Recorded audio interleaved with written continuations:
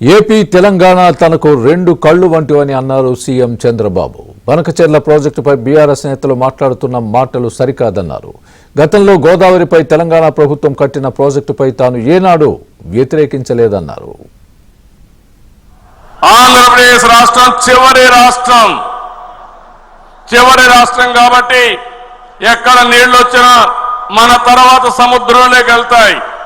పోలవరం తర్వాత రాజమండ్రి తర్వాత సముద్రం తప్ప వేరే మార్గం లేదు. అలాంటప్పుడు సముద్రంలోకి పోయే నీళ్లు మనం వాడుకుంటే ఈ నీళ్ల వల్ల తెలంగాణకు కూడా లాభం ఉంటుంది తప్ప ఎవరికీ నష్టం లేదు.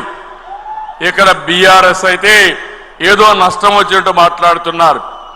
నేను ఆ రోజు కూడా ఏదైతే వాళ్ళు ప్రాజెక్టు కట్టినప్పుడు గోదావరి పైన నేను ఎప్పుడు కూడా అబ్జెక్ట్ చేయలేదు. నా ఆలోచన ఒకటి, తెలంగాణ కానీ ఆంధ్రప్రదేశ్ రాష్ట్రం కానీ నాకు ఎప్పుడు చెప్పాను, రెండు కళ్ళను ఆ రోజు చెప్పా. ఈ రోజు చెప్తున్నా, హైదరాబాద్ అభివృద్ధి చేసింది నేనే, గంటాపదంగా చెప్పగలుగుతాను. తెలంగాణకు నష్టం జరగదు, గోదావరి నీళ్లు వాళ్ళు ఉపయోగించుకుంటారు. అదే మాదిరిగా అక్కడ మిగిలిన నీళ్లు ఇక్కడ కరువు ప్రాంతమైన రాయలసీమ మిగిలిన ప్రాంతాలు ఉపయోగించుకుంటారు.